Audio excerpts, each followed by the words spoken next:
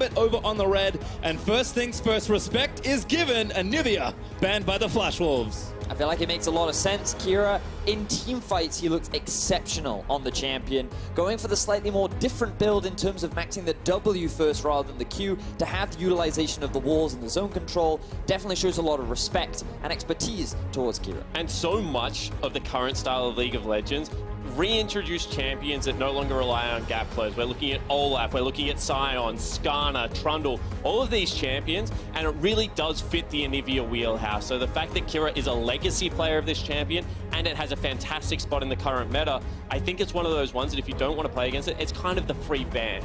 I also feel like looking at some of the bans from Gambit right now, we've seen the early ban onto the Skarner. Now, when you look at the champions that Mugen is typically preferred, it is things like the Sejuani and the Jarvan. And in his finals, he played a lot of Skarner, but then defaulted to the Kha'Zix. So Gambit might be trying to put Mugen onto the Kha'Zix, or maybe they want to look to take it away from him and see what else he has available in his playbook. And again, the metagame has just shifted so much since people have had tape on the Flash Wolves, so it can certainly be tough to navigate as GP and Ezreal will also get taken away by the Flash Wolves. Alstar there for Gambit, and last but not least, it is Sejuani, so still taking a note from the last games they saw. Yeah, it's absolutely important to acknowledge the fact that Mugen's champion pool has been the area they hit, and I think the reason behind that is not only is he a rookie, but he is responsible, especially throughout that final series, of going towards Maple's lane. So we have to continue to track whether this does put him onto a non-gank heavy jungler. So kind of all these things fell out. We're talking about some bans, and turns out Rakan and Kai'Sa have been traded, which were pretty much mainstay red side bans for most of the play-in. And initially I was thinking, oh, Caitlyn, Morgana, they make a lot of sense, but with the priority for Gambit to ban away the junglers, a lot of these strong power picks that we've typically been seeing throughout the play-in stages have been left available. So I would look to think that Gambit would either go for a Thresh or a Morgana on the next rotation to make sure they have a decent matchup into the Rosaya Rakan the Flash Wolves have drafted. Yeah, absolutely, and it's a little bit strange to go to Morgana in my opinion. It will be great late game, but throughout the laning phase, you're still going to have the potential all in. So I think that you have to go fire with fire. I would love to see a Thresh come out of Edward here, and for him to step up to the plate, look to be actively playmaking, because we know that is the style that Sword Art wants to be playing, especially on something like Rakan.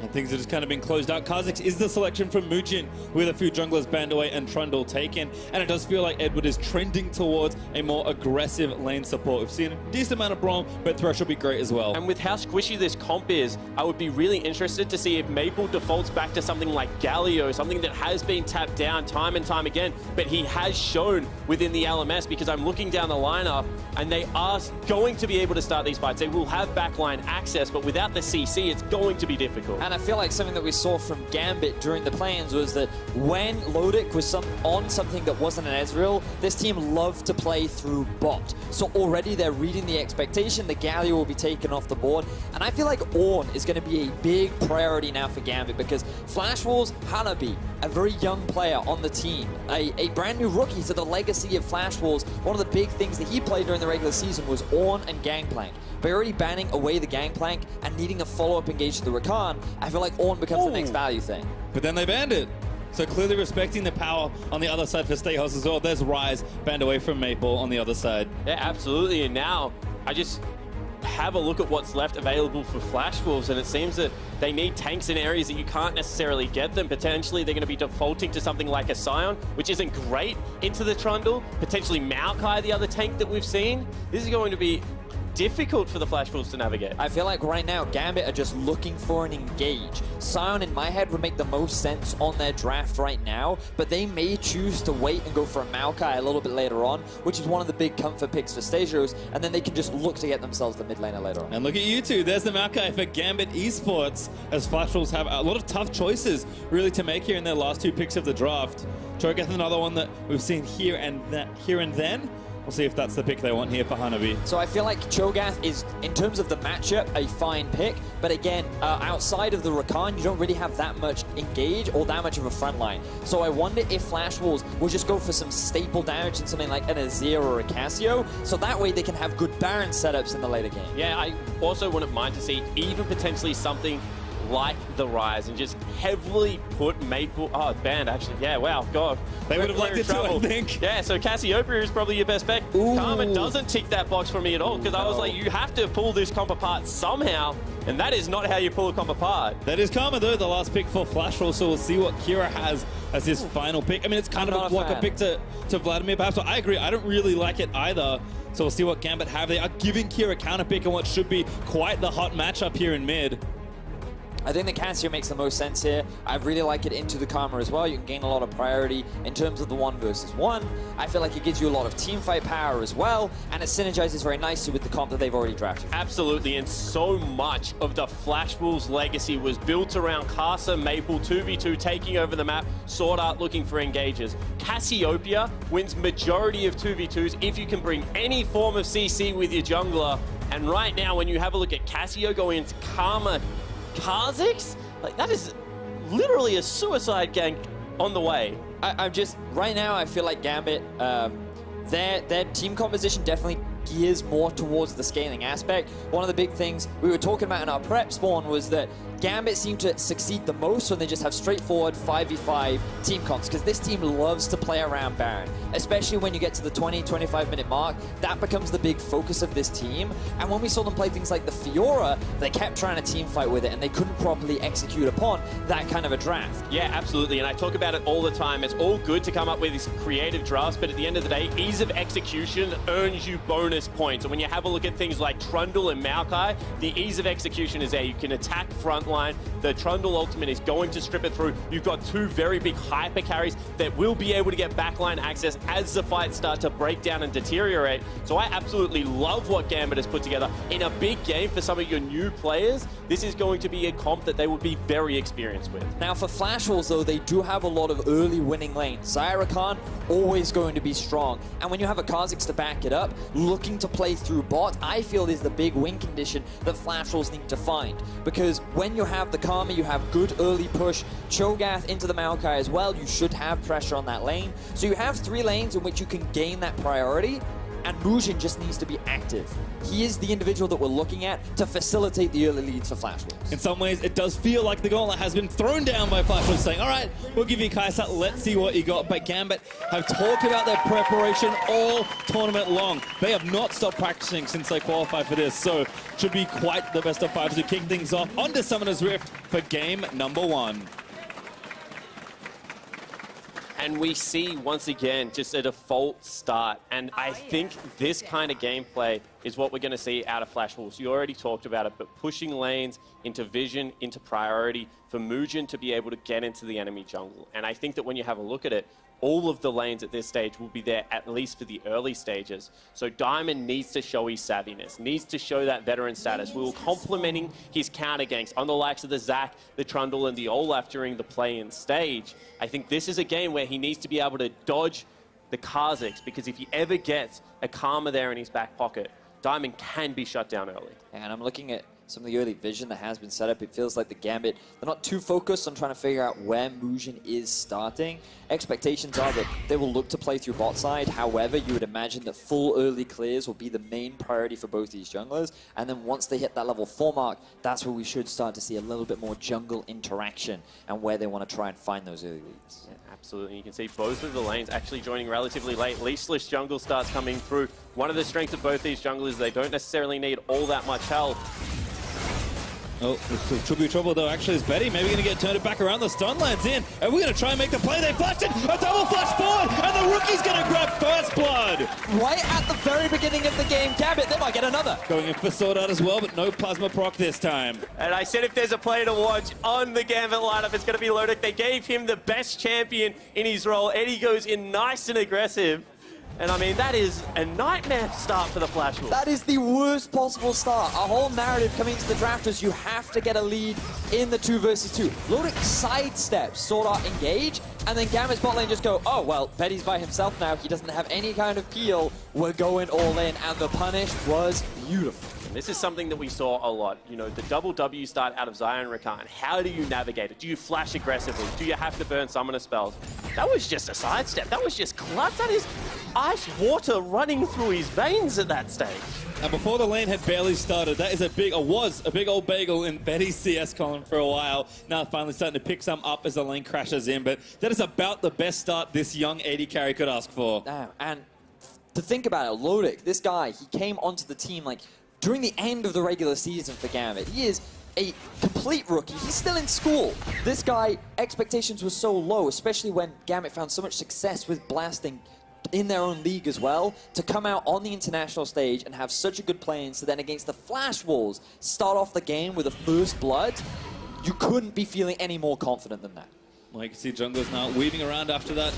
Some mishap in the bot lane. Hanabi there onto Stayhouse again. Cho'Gath very good in a lot of these times of matchups, but Diamond back down the bot side for more food. Knockup's gonna land onto Lodic, but Eggwood wants it. Sword Art, no flash, but does zip away with the E. And this is a thing about Rakan that will suit Sword Art so well. He wants to play aggressively, will go in, but the ability for Rakan to also be able to scoot out of danger means that now they get vision on where Trundle is, and we said so much of this early game, at least from the Kha'Zix perspective, is going to be getting those tells on what side of the map Trundle has been able to get towards and being able to shut it down. Let's see how it kind of develops. The Sword Art maybe actually caught here again. Long dash range, so no over-aggression there from Gambit. Now, one of the big things here, or that play was important for the Flash Wolves because Lodic has a lot of gold that he wants to spend right now that he's not being allowed to because of the interaction that Sword Art is playing. Look, 1,200 gold is what he's currently sitting on, and the longer the Flash Wolves can delay it, the more opportunities they have to just try and mitigate that lead as much as possible, so that ideally when Flash Wolves come back to lane after the first base, it's not as bad as it potentially could be.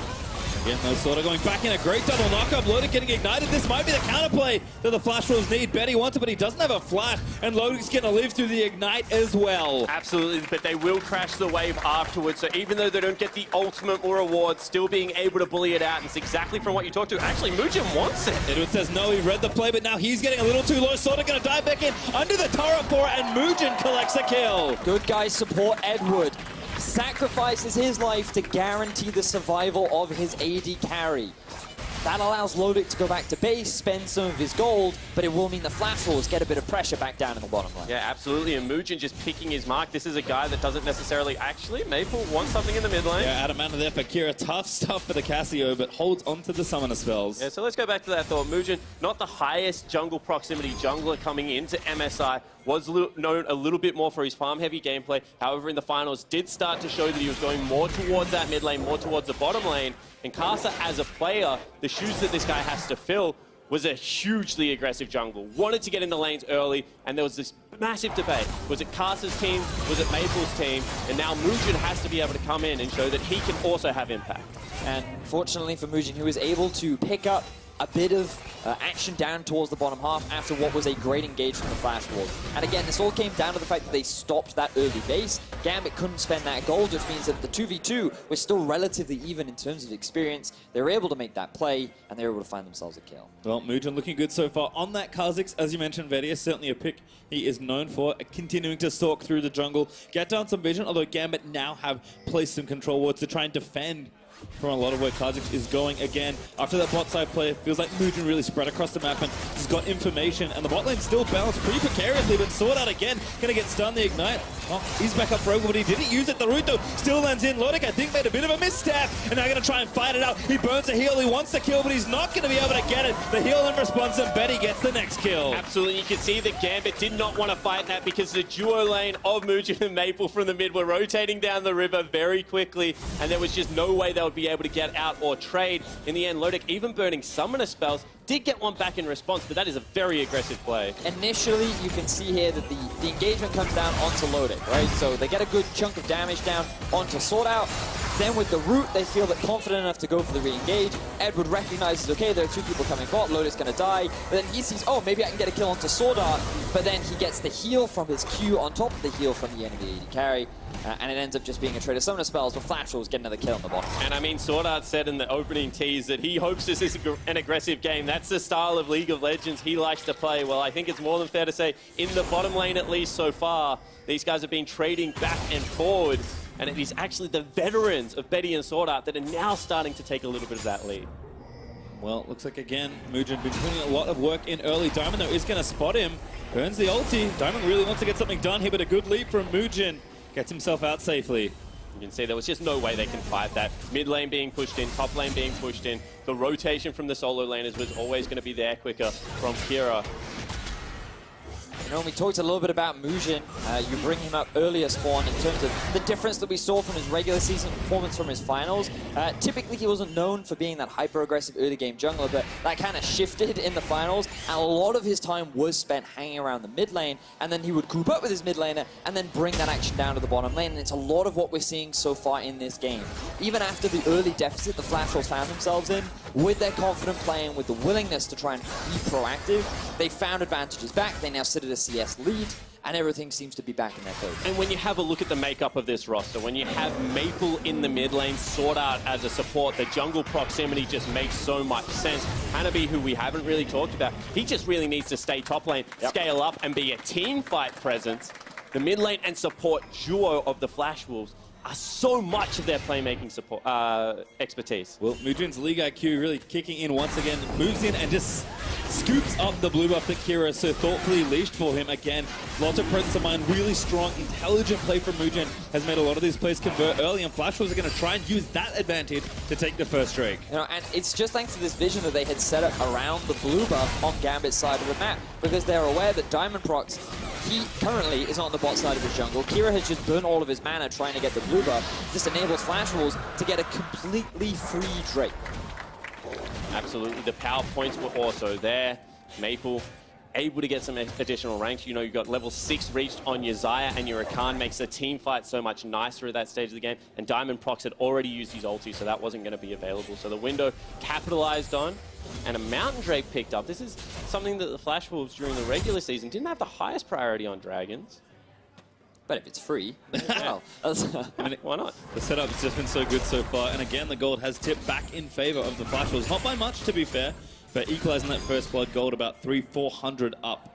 As we see the lane's going to dissipate. Again, Gambit, they are known to kind of fall behind sometimes, but they're expecting, if the lead holds not too bad for them, we're expecting a spike kind of back towards the 20-25 minute mark. Absolutely, and now Ved, we've talked about this a lot. We see that the large gold percentage is going to be on Maple, but he's playing something like a Karma. I know not necessarily your favorite pick coming into the tournament. What is it that you dislike about the champion? People say it gives you kind of that free priority because of the empowered Q. Like, what isn't it that you don't like about it? I mean, I feel like the champion offers a lot of value in terms of priority, because typically you see a lot of early banner. So you just banner up the cannon menu, you instantly have a difficult lane if you're the Cassio, and you also can set up someone like a Xayah to do a lot of damage in the late game. But I feel like it just puts more of an emphasis on your other playmakers, and that means that if anything goes wrong, like, I don't know, dying at level 1, it could be pretty bad. So sneaky though from Mugen. Again, Diamond, right place, right time, but I don't think he's got enough time. A good double stun is not going to be enough as Mugen leaps back over to get the kill. Yeah, absolutely. You can see that Kira was so aware of where Sword Art was because he was clearing out vision on the bottom side of the map that it allowed Mugen to sneak in from the top side and get on top of Kira before anything was really there. No immediate flash means he falls down. You know, and while I might not be a fan of the Karma, one of the great things that she is very good at is setting up for high damage junglers. So Mugen, he was just lying in wait, and Maple, he does what he's been doing all of this lane phase so far. Walk up with the W, land it against the Cassio, even flashes in to secure the route in case he tries to flash away. He has the shield for the speed up, and then all you need from Mugen is the damage. Yeah, and my apologies, Kira actually didn't have flash, so that gank was pretty much free as soon as Maple was in range, wasn't able to create that distance that you require on the tether. And this is something that it's a very different look for Maple. We're used to seeing him play Cassiopeia, Azir, Ryze. LeBlanc, Historically, LeBlanc, Zed, Echo, all of the big damage impacts, but now putting some faith into Betty, an AD carry that necessarily hasn't shown up on international stages, and looking to give him all the power to carry in this game. And transferring some of that to Mugen as well, who's bearing some of the early game responsibility on the Kazakhs. Looking so good so far. Warrior and Moby Boots done, and just this clinicalness of this man's play, how precise he has been in this first 12 minutes has really impressed me. Now the thing here is for Flash Wolves, we talked a lot about the differences in the draft, and we talked about how we kind of preferred Gambit's draft overall because of the things that it offered you in the later stages of the game, and it kind of put Flash Wolves in this situation where they needed to get advantages early. And after dropping first blood in the bot lane, you'd think, this isn't really how you want to start your game, but fortunately they've been able to turn it around, and now they've found a bit of an early gold lead. They still need to keep that momentum going, and they need to really secure that bot tier 1. And I imagine that if we look down at the health bar of that tower, it is starting to get low. And you can see it's about 60% of its health left, and you would imagine that Flash Wolves, they may even look to use their teleport to make a play down here, but this tower is going to be their main focus over the next couple of minutes. Yeah, absolutely, especially given the fact Banner of Command picked up for both of them as Sorta, potentially a little bit too aggressive. No, we'll be able to get out. Cho'Gath can just eat that, drop his own banner, and there really is no way for them to deal with it. So Stehos, he knows that. He does the right thing. He goes mid lane with it. Yep, time to banner somewhere else, but Mugen also here. Control Ward is going to spot him. But not really any damage they can do with a Cassio and 2 melee champions. So Mugen will swoop in, he'll get the gold from the cannon and say, sorry Maple, but you weren't getting it anyway. Hanabi dropped his top lane as well, so now that window that you're speaking about, Vedius, is completely on the table. It's going to take Stehos so much time. He used some of his top lane priority to get that first move go mid lane. But I think you're right. I think that, you know, with all of the vision being set up bottom, this is potentially where it's going to be. And actually, even though he used it, I can't find his banner minion, so it's like... I would imagine that it was killed by the dematerializer by Stehos before he headed down to the mid lane. He thought, hey, you've already used your banner, maybe I can use this as an opportunity to go mid and shut that down, but unfortunately they couldn't really find much off the back of it, didn't lose very much either. So Gambit, for the time being, the deficit that they're at, kind of expected when you look at the comps, but they do always have that scaling option available with the Cassio and the Kaisar. They want to avoid all-ins for the time being, especially when you look at the difference in items of a PF sword versus the recurve bow. Definitely would go in favor of Betty and Sword Out at this point in time. Oh, sorry, I was going to say absolutely, and so much of the pressure therefore becomes on Edward, because if you're standing on top of your AD carry, if you ever get charged, knocked up, you can't get the shield up in time. This is such a hard lane to respond to. Ah, that is why he went down to the mid lane. Makes a lot more sense. I like it. Yeah. Well, you can see 35 seconds on the next Mountain Drake, so Flash was continuing pretty measured, but just very confident pace of play. Again, we haven't seen this team in quite a while. Have always dominated domestically, but so far in this game, just playing in a very slow, calculated League of Legends and just kind of showing off a lot of their experience more than anything else. And let's talk about why that domestic dominance doesn't seem to mean as much. Actually, we're going to have some action mid lane, so we'll talk about that later. Mugen getting frisky once again, but everyone backing away. I would too from the 2-0 Kazakhs. Yeah, so when you have a look at a team like AHQ, potentially... No, let's not. Where's he going? When you have a look at a team like AHQ, yes. no longer have their legendary mid laners, you know, the roster has been separated. It's still got Ziv as well as their bottom lane in Arn and Elvis, but they've dropped off. I think they finished 5th or 6th this time around. When you have a look at someone like J-Team, who had such a good couple of splits in a row, now they've fallen off. They finished 4th. This Flash Wolves lineup is the only of the top lineups that have been able to maintain any semblance of core. And even in that regard, they lost out on Stake, they lost out on Casa. That's why when we give them credit for being the best team in the region, it does seem like the region has begun to go backwards in terms of talent, with the LPL starting to, you know, look towards the LMS as a legitimate area to be able to pick up superstar players. I mean, it's very true. And Casa, he's already secured a spot towards MSI, making it alongside RNG, and it's going to be very exciting to potentially see him play up against Flash Wolves if they can make it that far, because, as you rightly said, the relative skill of the Flash Wolves is always something that's under debate, because sometimes they come into international tournaments and they're known as the Korean Killers and they get all these upsets and they have these fantastic performances, whereas other times they end up losing to teams of an equivalent skill level to Gambit, and you never really know what kind of a performance that you're going to get. Absolutely, you don't even, like, that's the team, you don't even know what level of performance you're going to get out of the players. MMD burst onto the scene, everyone said he's high elo career, this is the guy that's going to be able to take on Ziv in the top lane in the LMS region. Honestly, was very underwhelming, at least in international performances. Then you've got people like NL, who domestically was so relevant for such a long time. Ultimately, they traded him out in favor of Betty. This is a team that has had to play with their roster over and over again to try and look for those 5 successful pieces to make it work. Well, I'll let you know in a few more games, because still quite a lot to go in just this first one. Mountain Drake 2 did get secured, though, by the Flash Wolves, who, again, are just kind of scaling up slowly in this game.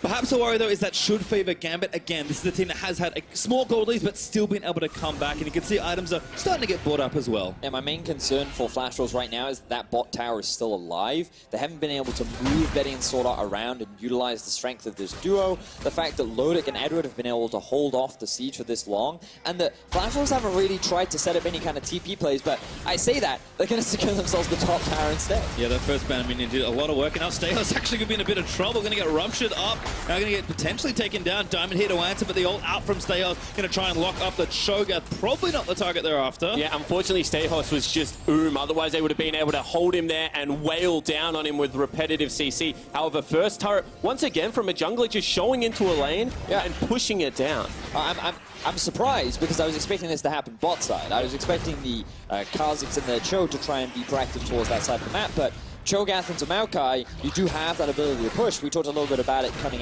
into the game, and it turns out that they've now been able to secure top tower along with this Rift Herald. And when you compare, like, Gambit have not tried to contest any of these initial objectives. They've now given up 2 Drakes, they've given up a Rift Herald, and they haven't even tried to fight. Sure, they have scaling, but you can't afford to give all these things away for free, because then the deficit that you find yourself in, you'll struggle to come back from. Yeah, and this seems to be too much of a good thing. Gambit came in, they said, we're going to pick a scaling team fight comp because we know that Flashwoods do like to play the game a little bit slow throughout the early game, and then they accelerate as they start picking up items. So they said, we can get a comp to do that as well.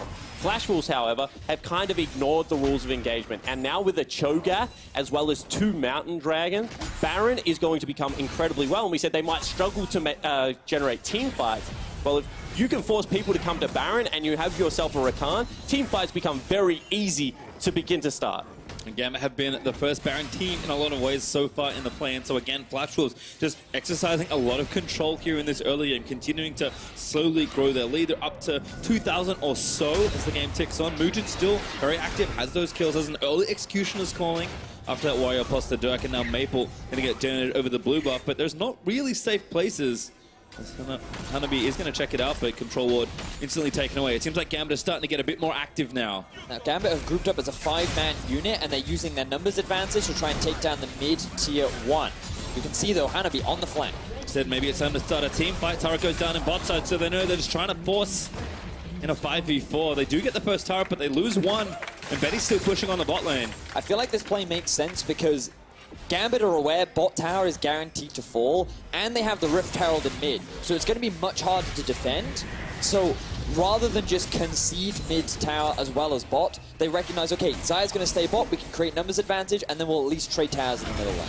Absolutely, and now we'll see whether they're able to stop the team fight that's about to come out, because you can see Flash Wolves grouping up around a Banner Minion, grouping up around the Rift Herald, just want to continue to ride this one as much as they can, and Gambit is trading all of this damage for farm onto their 80 carry. Will Stayhouse, good flash, gets out from under the rupture. But still, again, just stuff being taken away. The turret's being taken. Mujin again goes back in to take the blue buff. Flash Wolves are just kind of draining Gambit of resources on their half of the map. Exactly that. Flash Wolves are just playing very calm, calculated League of Legends right now. They took top tower, they then took bot, and then through the Rift Herald, they secured themselves mid. They've gotten all the other side objectives in the meanwhile, and as they've gained more ground, they've stolen away the enemy jungle. And this is the next few steps, because you then look to gain vision control in the enemy jungle, you steal everything away, and that's when Baron becomes a big priority. And we already talked about it. Zaya, you have the Karma to empower her as well. Looking like she's going for an early Athenes, but then the Cho'Gath and Kha'Zix too. Like, this is a decent Baron-taking team. And with the double mountain, as you were talking about, Spawn, like, Gambit have to be very afraid of a potential early Baron. Absolutely, and when you haven't even taken bottom lane tier 1, you have limited time of bouncing waves from top to bottom before it just reverses and comes back with a vengeance. Yeah. Makes it very hard to be able to calculate the correct window, because there's not many games in professional League of Legends where they're already setting up around Baron 22 minutes in with double mountain, and you haven't even touched their bottom lane turret. I don't think the calm will last long, however. Gambit are not usually a team to go out without a fight. They are gearing up again to that big team fight. Flash Wolves, though, can certainly execute in those spots, and this vision is looking so good for the Flash Wolves as they push in and just sweep it out, because you know a Baron is coming in just a few minutes. I feel like Gambit are just waiting for one more item. They want Lodic to, I would imagine, either get himself the Infinity Edge up next, or maybe he goes for something like the Essence Reaver. You have so many variations with your builds on the Kaisar, but Kira likely to go for something like the Leandria retreats of the Void Staff. And once those are finished, that is when Gambit will say, okay, we're good to fight now, we're ready. And they just have to hold on until that point, because Flash Wolves, they should be more than happy to try and force a fight. And that is the secret to scaling comps, exactly what you just said. How little can we seed before we have our items? They're actually looking for a play here onto Maple. Pop the Righteous Gory, looking for Maple, but Maple runs away. Now Sorta going to look for the counter engage. Betty also here, firing some feathers into Diamond Procs. Not so tanky right now on the Trundle. Looks like Cloud Drake was the thing that got their attention, but Flash was already back to try and take it. Yeah, absolutely. I mean, that's not an objective right now that Gambit really care all that much about. They're going to use this time to clear out some vision, regain control over the Baron area, because they know that if they give up their Cloud Drake, nothing in the game changes apart from some scaling from the Elder. However, if they give over this area of the map, if they have to face check it, the game is well and truly done. See if they overcommitted on the left side, but looks like not so, as Flash Wolves do dart back towards the right-hand side of the map. Both teams very mid-centric right now. Again, defending the big purple one that's on everyone's mind. So, I mean, the problem for Gambit right now is, ooh, they could get engaged on. Diamond actually going to be the target. They're going to try and maybe counter-engage, but he gets knocked around the bounce house. Sorta, though, dipping away, and Diamond actually lived through the assault. Logic waiting for his moment with the Killer Instinct, and Flash Wolves are getting their flashes spot. Logic goes in, finds a kill to Hanabi, and that's the first tank down. Betty also grounded. Huge miasma, forced to flash out. You can see Mugen trying to look for the re-engage once Diamond, but this is a problem. If you do not take down Trundle, if you don't take down Maokai, so much inbuilt sustain in this team comp, and they can just continue to fight forever. This is the first good fight for Gambit, but Flash Wolves, it looks like they're after a little bit more.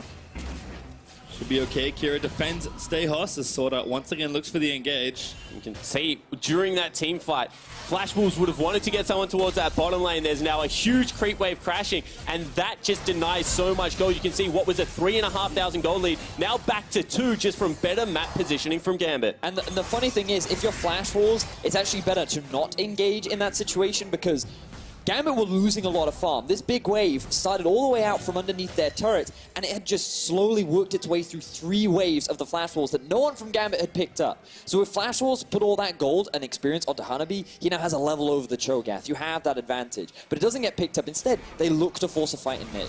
Absolutely, and when we see how this happens, it's Diamond falling to 10% HP, but being able to get the ultimate off, and he just becomes so tanky and gets so much back.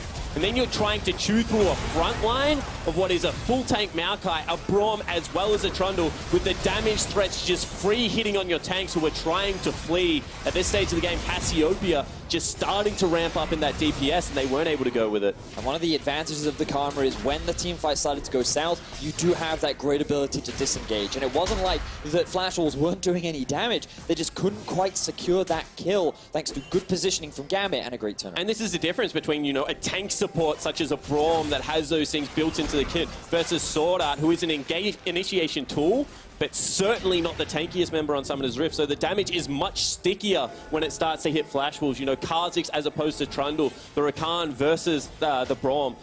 One error from this comp and everyone explodes. Well, you can see Stay Hoss almost got the bot out of Atari, his banner minion. Not quite enough to help him out, and Hanabi does defend it, but still lots of pressure building here in mid. Gambit was smart to take that center turret first because they know they can at least force to contest for this Baron.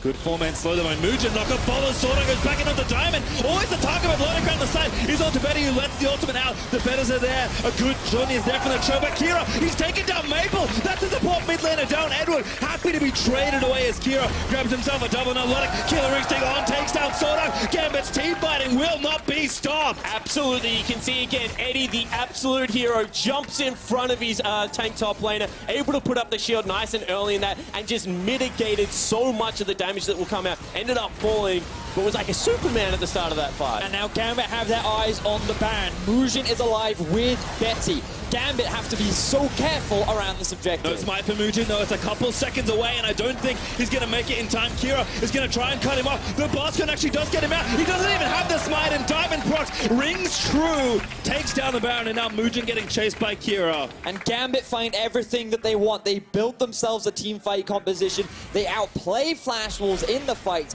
and with the Baron, they have now regained control over the game. Yeah. And you can see that this is a team that is playing slow and weren't able to accelerate when they needed to. We talked about the big advantages they built. They weren't able to get priority over the Baron area. They gave up too much of their vision for free. When they fought to take it back, Gambit were ready and out-execute them in those fights. I'm also just surprised by, given how much control Flashwolves had over the map, they haven't utilized it. But we can get to that in a second. Look, again, the engage goes on to Trundle. Kira and Lodic are just sitting on the back line with Edward, Stasios, and Diamond on the front. Lodic can reposition how he likes, and they just melt through this. When the tank is Sonya's, that means that your pro line is no longer there, and it becomes a 5v4. The Gambit can then just melt through. And they're just not that tanky at this stage of the game, is the unfortunate reality of the situation. You see, once again, damage numbers are comparable, but it is the members of the Flash Wolves that are falling down. Gambit, no inner team fight. It's more about the right target sometimes here. It looks like a counterfight being initiated here by the Flash Wolves. Gambit looking to turn tail as Kira was bot side trying to get some gold back. Gold about within 1,000. If that turret goes down, it'll pretty much equalize, and Gambit with the Baron know they need to apply pressure. This is where they always build their leads. They must do it now. Now, I want to see this difference from Gambit, because Flash will spend a lot of time just grouping mid, and Gambit with the Baron, they need to be utilizing more than just that. Get priority over mid, gain control over enemy jungle, and then rotate between bot and mid to secure these tier 2s. And they also need to show the ability to start a team fight, because so far, Flash Wolves have run at them, and the counter engages have been on point. But one thing that I saw, and I know that you were looking at as well, Betty, is their inability to create very aggressive, proactive plays when they had windows to go for it. Well, again, Gambit do take a turret, so the gold now in their favor as they look to push it even further. 120 left on this Baron, trying to start a siege on the bot inhibitor turret. Thing is, they need to be able to push these other waves too. They need to split this Flash Wolves lineup apart and use the fact that they have ability to engage rather than giving Flash Wolves an opportunity. Because if you group up as a 5-man and Sword Art lands a 5-man ulti, that's where things start to look bad for Gambit. So Flash Wolves in this 5v5 can still hold out. The reality of the situation is if Stahos isn't willing to go under the turret, the wave clear is still going to be there for the Flash Wolves. And at this stage of the game, they are not that far ahead. So you have to be able to drop your banner minions, be able to create pressure throughout the map, try and split up the initiation tools from Flash Wolves. One mistake at this stage of the game, especially with all the shutdowns being accrued, could turn it back. Gambit showed kind of at the end of their qualification into this stage that they're not that willing to pull the trigger all the time. But Sword Art getting an instinct on Stahos, sets it up, and Sword Art zips away. The W isn't going to follow up, but he had enough shield still. The fight on the other front is out. Hanabi, Property Stoneblader's Diamond just gets feasted on, but still the trigger is going to go down. Lodic has the damage. Betty, though, going to try and make a heroic 1v4. He's caught the miasma. He pops out the ult. He needs to pull the banners back, but Stahos also not that tanky. Kira almost gets blown up, but again, Edward with the heroic Unbreakable saves his teammates. This is what we were talking about, though. Grouped up as a 5-man unit, Flash Wolves can still fight. It was two separate skirmishes that were going on. Gambit found Sword Art out of position, but Flash Wolves found Diamond. And now with the Baron buff running out, Flash Wolves can regain a bit of control, maybe even secure this Drake. Absolutely, and when you have 3 Mountain Drakes now being built up and the gold lead is once again back to even, this game is still on the brink, and I thought that pick was going to be game-changing because they got the one initiation tool that we've spoken about time and again. Sword Art off the CC, being able to jump in with the Kai'Sa, was caught out of position, had to burn Cleanse, Flash, and Ulti before the teamfight begun.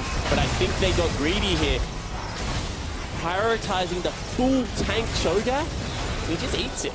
I mean, I can understand trying to get through the front line, right? But trying to do it underneath the tower, when you have Betty and Maple just wailing on you from the side, it became so easy for Flash Wolves to shut down the front line, not even lose a member. You know, I misspoke earlier thinking the Sword Art ended up going down, but Gambit, they end up getting pushed back. They still have control of the game. They still found a good amount of towers, but right now, I just feel like what's happening is both these teams are grouping up and they're running at each other when they don't necessarily need to. Well, if you're Flash Wolves, that's kind of what you want to avoid, because Gambit, they just want to team fight. And they want to team fight when you're initiating onto them. They want to have the counter punch, because we've seen that their success is off the back end of over-aggression from Sword Art, the inability to blow up one of the primary carriers, and Edward is just waiting for it every single time. Well, on the note of carries, both Lodic and Betty are really scaling up. 3 items plus a QSS for both of them. It is important to note that this is a stage of the game where Flash Wolves do generally start to grab massive advantages. You know, we're 30 minutes into the game now. Their major carries have the 3 items. And once again, we can see they are the team that is able to shove out their waves and get access to vision around the Baron area, around the Drake area, time and time again. Whilst Gambit look like they're winning the fights, still equal in turrets, 4 Drakes to nothing, and all of the control around Baron. At the end of the day, you have to win the game as well. So it looks like Baron will be back up on the table in a minute 15. Flash Wolves will do it even faster now with the mountain that they effectively took from Gambit after they kind of lost that engage. So no casualties on either side, but losing another Drake and giving Flash Wolves a 4th in a game that looks like it's going long could certainly be something you'll regret later. Looking forward to seeing how these next 2 fights play out and how these teams work towards setting up around Baron. It is in a minute's time. Flash Wolves do have priority over mid, and Cho'Gath, after pushing out bot, will be able to join his team faster than Lodic and Edward will.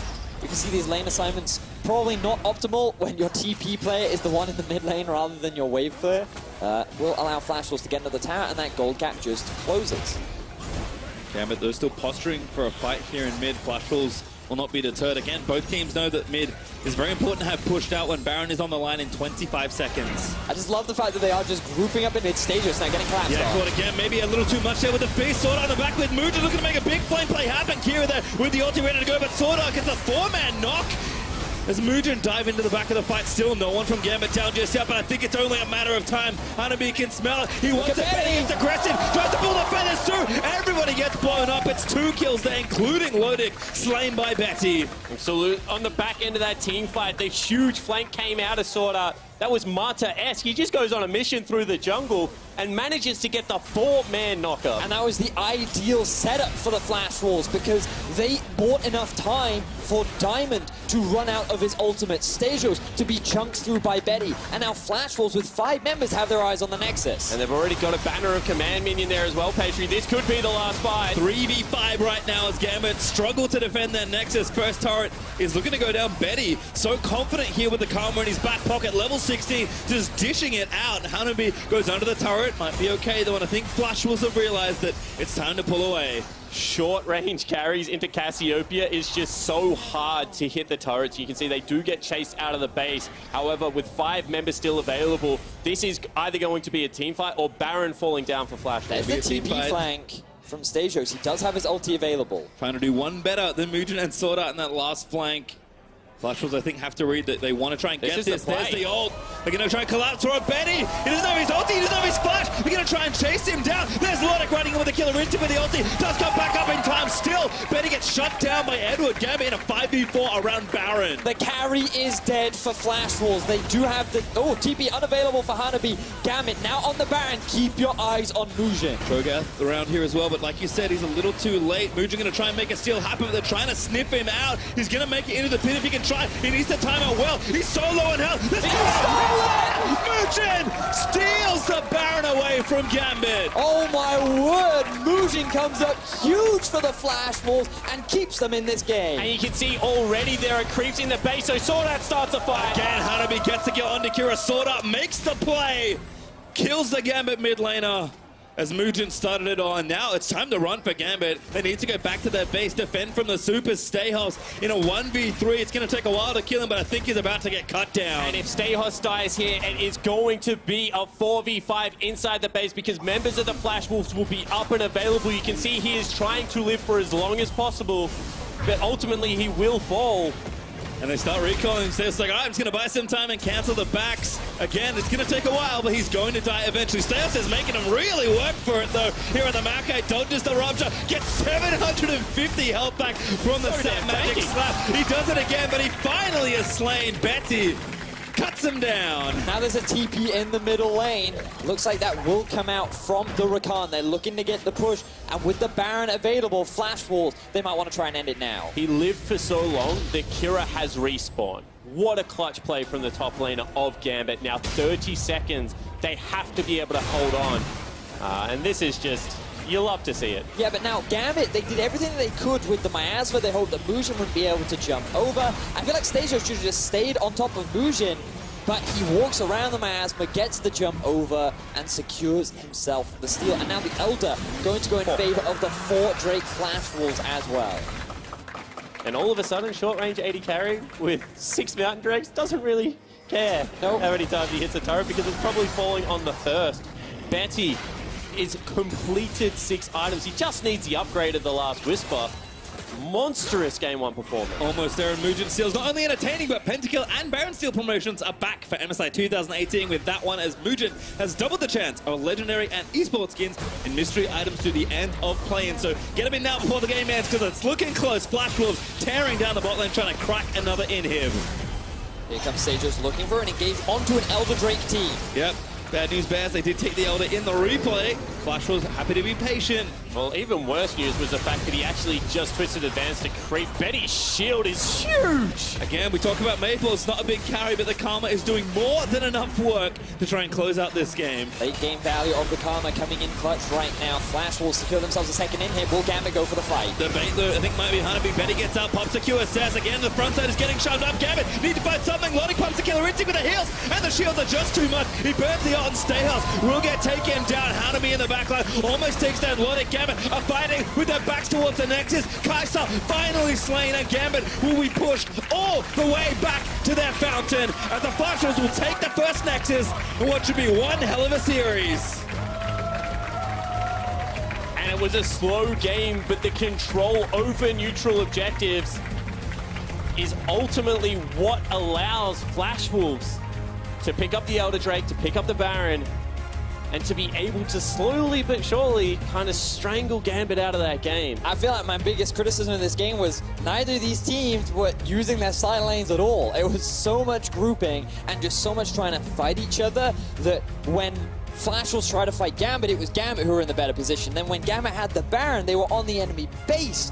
Rather than trying to utilize 2 minions or 2 minion waves, they just kept grouping mid and they gave Flash Wolves an opportunity to find the fight. We're just spoiled by Banner of Command. It's Side true. lane control has become drop a banner, group up with your team. You know, the channel of teleport sometimes is too long, but I certainly agree this is one of those games that you could have looked at the side lanes, especially as a Cassiopeia player, being able to attack it a little bit further. But you've also got to look at some of the highlight moments, right? Like the fact that Mugen was able to find the steal. It could have been so big for Gambit finding that pick onto Betty from the flank.